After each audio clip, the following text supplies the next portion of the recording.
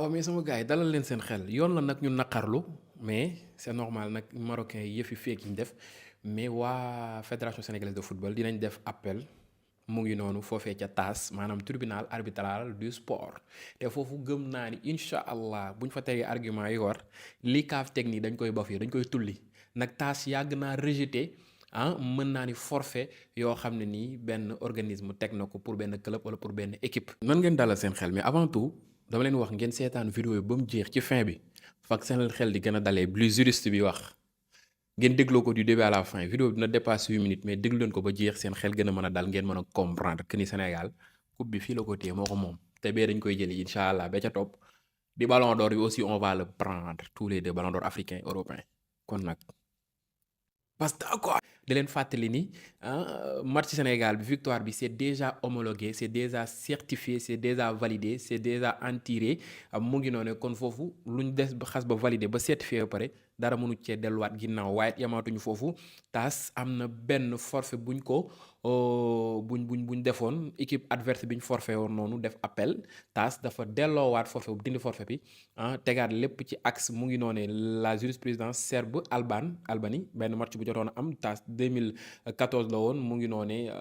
loolee di TAS mën naa ni dafa annulé benn forfait bu passé woon 3 bi à 0 ñu infligé ko woon joxoon ko kookee di Albanie nag foofee le fait que ñu ne waa Albanie dañoo refusé woon jouer loolu maanaam pour firndeelu ñu ko te ñun suñu match bii nii du joueur yëpp ñoo refusé woon jouer Sadio Mané moom poussé na waat joueur yi ci leadership am à ce que ñu dugg football kon foofu refus amu fa woon ci joueur yëpp. La justice sportive protège la stabilité compétitive tant que le match reprend après une interruption même houleuse le résultat sportif doit primer un retrait temporaire mu ngi noonee n'est pas un abandon définitif maanaam génn pour benn quelque temps doonul loo xam ne abandon boo xam ne da nga jël décision abandonné match bi complètement te loolu doxul woon ci suñu Sénégal Sadio Mané fexewoon na dugal joueur yi à ce que ñu dugg ci football waaye it yamaatuñu foofu kookee di équipe nationale du Sénégal bu defee appel def li war ñun ñëpp ñu ànd doon booloo benn foofee ca TAS tribunal arbitral du sport incha allah décision bi CAF teg muy forfait boobu dañ koy tulli dootul amati sens Sénégal restera champion d'Afrique te kenn du ci mën saala yaay ndeer mu ngi noonee en tout cas loolu daal laay indi si loon bu leen tiit bu leen ragal lii CAF teg di wane ne Sénégal dañ ko war a forfait amul dara ci lu mu peser lu am doole te Sénégal bu tegee argument yi war ak leadership bi Sadio Mané doon doxal à ce que ne leen dugg leen ci biir terrain bi foofu CAF dootul mën dara ci ñun. kookee di maître Ibrahima Amar nag moo gën a appuyer sunuy mën naa ni explication ak sunuy inspiration ci liñ leen jot a tegal nii kon nag maître bu mag a mag la ci mbirub droit ak ñoom seen nan dalal suñu xel te xam ne ni fii Sénégal ay bopp fi ne. man déjà décision boo xam ne la gulet man ça fait léegi 25 ans maa ngi jàngale droit du sport si université yi ak école yi mag yi et puis aussi nekk avocat droit du sport amul parce que décision boo xam ne nii tey nii liiruma ko wala gisuma ko. wala jàngaluma ko mais wala gulet ma gis décision boo xam ne nii boo xam ne bu mel nii gulet maa ngi ko doog a gis et deuxième chose aussi mooy que décision boo xam ne non seulement gulet maa ngi ko doog a gis nii mais décision boo xam ne aussi lu ñuy waxee c'est une décision boo xam ne bu doar la scandaleuse la boo xam ne vraiment ëpp na dayoo parce que normalement parce que des décisions boo xam ne ça va beaucoup plus loin que décision commission de discipline parce que commission de discipline forfait bi muy ci 82 à 84 côté discipline bi nangu ko mais jury d'appel bi nii ñoom ils sont allés beaucoup plus loin ñi reconnaître forfait bi mais vraiment si sama xat te vraiment ñu bëri aussi waxtaan nag si ñoom ñoo xam ne aussi vraiment sam xam-xam kawe na si affaire nu tudd justice sportive wax dëgg yàlla interprétation bu jury d'appel bi def si article 82 article 84 du interprétation bu baax c'est une très mauvaise interprétation mais day décision boo xam ne aussi bettul nit yi parce que sànq nu ko Demba waxee Demba Baror on avait vu que quand même am na acte yoo xam ne ni qui en tout cas qui nous annonçait cette mauvaise décision parce que le fait de changer le directeur juridique de la CAF de mettre un nouveau président du jury d'appel la pression du Maroc et puis nous tout interférence il faut à mon œil. Donc vraiment c'est une décision qui n'est pas aussi qui est scandaleuse mais qui n'est pas une grande surprise. Mais franchement si ça me xalaat je pense que c'est une décision boo xam ne wax dëgg yàlla bu soobee yàlla décision bi nañ ko annuler.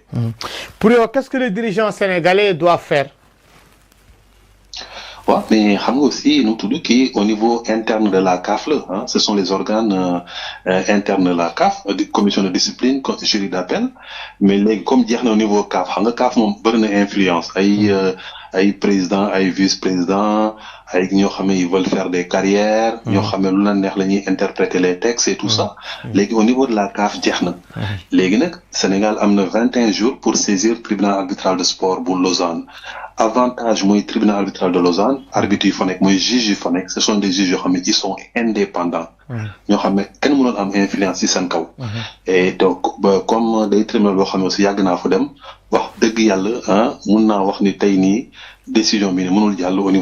niveau du tribunal arbitral du sport parce que interprétation entre 89 et 84 wax dëgg yàlla waa CAF interprétation muy def noonu même bu dee seen règlement du interprétation bu baax parce que forfait moom wax dëgg yàlla moom manque doog gis gulet 2 mois après ñuy reprendre match jouer match gagner ci terrain 2 mois après ñu ne dañ lay forfait 3-0 kooku moom mënoon am fenn donc wax dëgg wax na mun naa wax ni quand même nit yi seen xel na dal parce que tribunal du sport di nit ils sont indépendants ils sont compétents dinañu appliqué bu baax a baax bu baax bu article 34 xam mel mi ak nu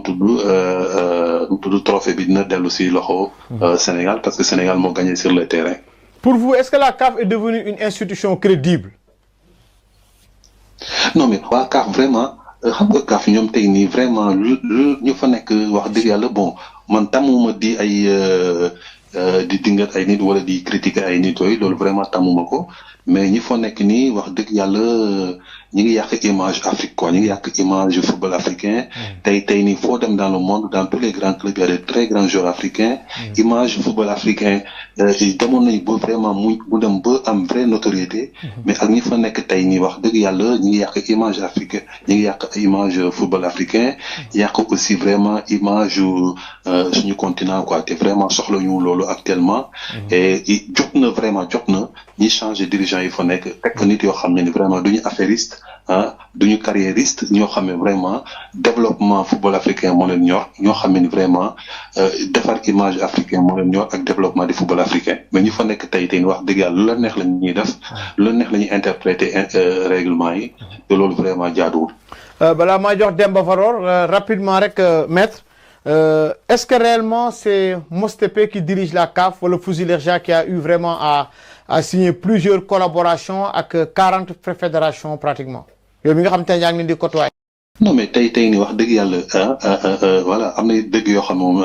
neexut a wax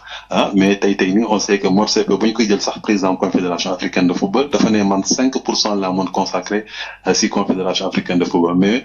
si sama lu ñuy constaté mooy 5% yi sax moom nu mu tudd motu ko et que vraiment lu si des yëpp noonu yeneen fédération yi mag yi ñoo fa nekk di diriger CAF notamment fédération marocaine de football on a vu plusieurs fois quand même directeur commission juridique bu bees bu fa nekk mooy togolay bi noonu nu mu tudd bu ñu koy recruter y a pas eu appel à candidature et puis quand même c'est sa première décision te bu ñu mënoo nommer nit tout de suite nga ne ko en même temps de façon intérimaire yooyu yaay jël décision jury d'appel et puis kooku jël décision bu ko neex décision bi ça se voit quand même c'est une décision qui est téléguidée et c'est une décision qui est scandaleuse et j'espère bien et ce sera le cas cette décision sera purement et simplement annulée par le tribunal arbitral du sport. Justement Maître Camara man fi ma la bëggoon poser question bi mooy fi nga ko jeexalee noonu mooy nomination togolais bi comment dans ces instances là à la CAF wala peut-être à la FIFA wala yeneen on nomme les membres de ces commissions disciplinaires que mu nekk première instance que mu nekk commission recours lan mooy souvent kii bi processus bi. waaw mais normalement boo xoolee directeur juridique bu bees bi togolais bi nii moom normalement dañoo waroon def appel à candidature. ba pare choix bi ñi jël candidat yi au niveau de la commission nu de la commission exécutive no comité exécutif de la CAF. ñi jël décision bi mais bu ñuy choisir togolais bi noonu. ñu ngi koy choisir président bi moo ko choisir. Plus deux présidents. vice-président ñoo ko sans appel à candidature ñoom ñoo ko recevoir et puis choisir ko. On a vu aussi am na yeneen direction yoo xam ne ñu ngi kaaf jaaruñu au niveau du comité exécutif secrétaire général moo leen di nommé sans appel à candidature ce qui est totalement scandaleux ce qui est totalement contraire aux règles élémentaires de bonne gouvernance donc tey vraiment kaaf tey ni mën nañu wax ni ñaar wala ñetti nit la ñoo xam ne ñooy décider lu leen neex te loolu vraiment c'est pas bon parce que chaque fois seen intérêt bu nekkee en jeu wala day am conflit d'intérêt et comme actuellement voilà au Maroc il y a un conflit d'intérêt qui est flagrant et bon pareil ils se mettent 2-3 personnes à décider à toutes les nominations et on voit après le résultat c'est que ça impacte sur l'image du football africain ça impacte sur cette institution qui commence en tout cas à avoir une bonne notoriété au niveau mondial mais aujourd'hui je pense que tout ce travail yàq nañ ko et que vraiment il est temps tey président fédération africaine yi ñëw vraiment jël seen courage parce que ñi bëri ñemoo ñu wax mais ñi bëri vraiment ñoo xam ne maa ngi waxtaan ak ñoom situation bi neexu leen vraiment donc ñoom war nañ jël seen courage vraiment def vrai changement au niveau de la gouvernance de la Confédération africaine de football parce que sinon vraiment c'est pas la peine parce que on va vraiment directement dans le mur. Et est-ce que ce sont des juristes de formation les membres de cette commission d'appel? Oui togolais bu ñu jël ni c'est un juriste de formation mais wax dëgg yàlla il y a pas eu d'appel à candidature et puis surtout aussi non seulement il y a pas eu d'appel à candidature mais surtout aussi c'est quelqu'un qui a été désigné directement par le secrétaire général Véron Mosengo de la CAF. Il a été nommé directement par lui sans passer par le comité exécutif mais c'est un juriste aussi qui n'a pas l'expérience qui n'a pas cette compétence parce que mi ngi nekkoon au niveau de la FIFA même bu mu jógee au niveau de la FIFA aussi je pense que boo xoolee article yi bëri ils disent que très clairement c'est quelqu'un qui a été contesté au niveau de la FIFA pour son incompétence et voilà donc je pense que vraiment c'est bien déjà nga nekk juriste mais en plus de ça il faut nga am éthique quoi parce que boo nekkee juriste bu mag mais amoo benn éthique amoo indépendance cette décision ça se verra dans ta décision et cette décision bi on voit quand même que non seulement il y a une incompétence parce qu'il y a une mauvaise interprétation des articles 82 et 84 mais surtout il y a un manque d'éthique qui est là qui est flagrante qui est évident et puis qui est manifeste et voilà et donc je pense que non seulement il faut de bons juristes mais il faut de l'éthique mais il faut aussi beaucoup de courage.